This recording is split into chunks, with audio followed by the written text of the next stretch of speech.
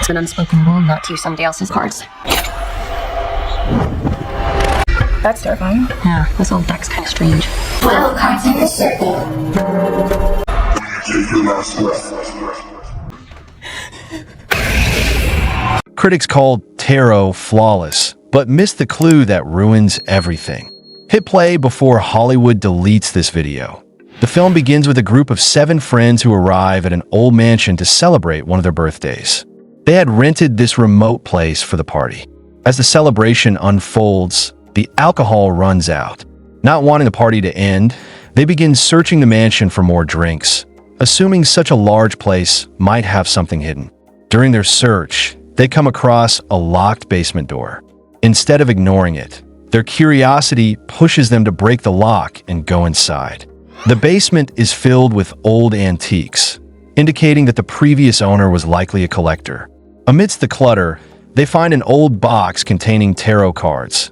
Handmade and strange-looking ones. One of the friends, Haley, knows how to read tarot cards. Though hesitant at first, since it's considered forbidden to use someone else's cards, she gives in to her friend's insistence because it's a birthday celebration. They gather upstairs and begin the reading by placing 12 cards in a circle and one in the center. The 13th and final card, meant to be the most significant. The birthday girl picks her card first, the High Priestess. Haley reads it as a warning. Her curiosity could lead her into danger, and though she is climbing the ladder of success, she must do so slowly or risk a serious fall. Next is Haley herself, who draws the Hangman. Her reading warns of technological troubles and urges her not to panic or run from problems. Then Paige picks the Magician, and Haley cryptically warns that someone will split her into 2 and lock her in. They brush it off as a joke. Another friend, Paxton, leaves for the bathroom and briefly sees a mysterious figure on the balcony, gone when the lights come on. A male friend, upset with Haley, skips his turn, so Paxton picks a card instead, the Fool. Haley tells him he'll feel trapped, but must trust those close to him. Another friend chooses the Hermit, indicating he might lose his way, especially in matters of love, and will unexpectedly receive money. The final friend draws the Devil, a sign that he's ruining his relationships and may have to make sacrifice. Finally, Haley checks her card, Death. This card suggests that love could lead to her death or signal a new beginning. Though she brushes it off, she feels a lingering unease. The next morning, the group stops at a gas station. The friend who drew the Hermit scratches a lottery card and wins $7,000, just as the tarot predicted. That night, everyone returns home. The birthday girl, now in her hostel, sees a ladder drop down from the attic. Remembering Haley's warning about curiosity, she avoids it at first. But later, when the ladder drops again, she investigates. As she climbs, she's attacked by the figure from her tarot card, the High Priestess.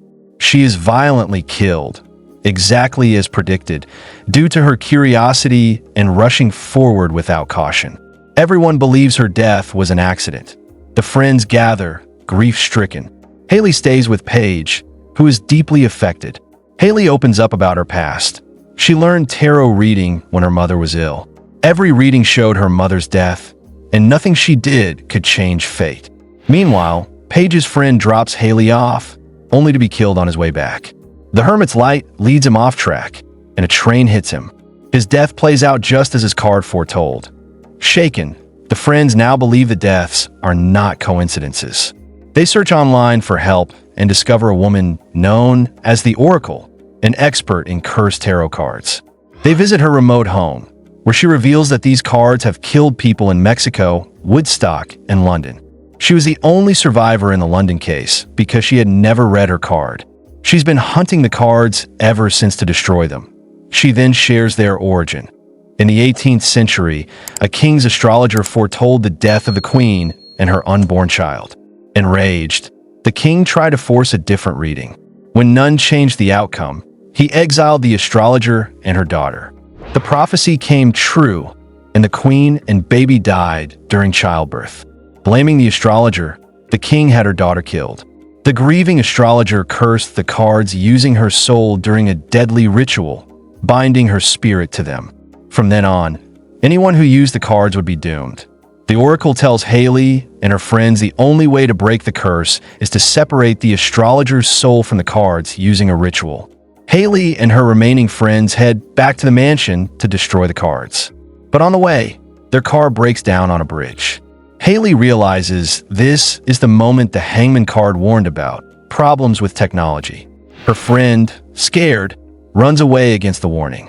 The Hangman demon appears and brutally kills her by hanging her, proving the tarot reading was true. Paxton, overwhelmed with fear, decides to return to the mansion alone. He was warned not to act in haste, but still does. The Fool demon follows him, and he gets trapped in a lift, just as predicted. There, the Fool confronts him, signaling his doom. Meanwhile, Haley and the others reach the mansion and try to burn the cards, but they won't ignite. They call Oracle, who tells them they must complete a ritual to separate the soul from the cards. The Oracle begins the ritual, but underestimates the astrologer's soul, which manifests and reads her tarot, drawing the Six of Swords. The soul then brutally kills her by stabbing her with 6 swords. In the chaos, Paige gets separated from the group.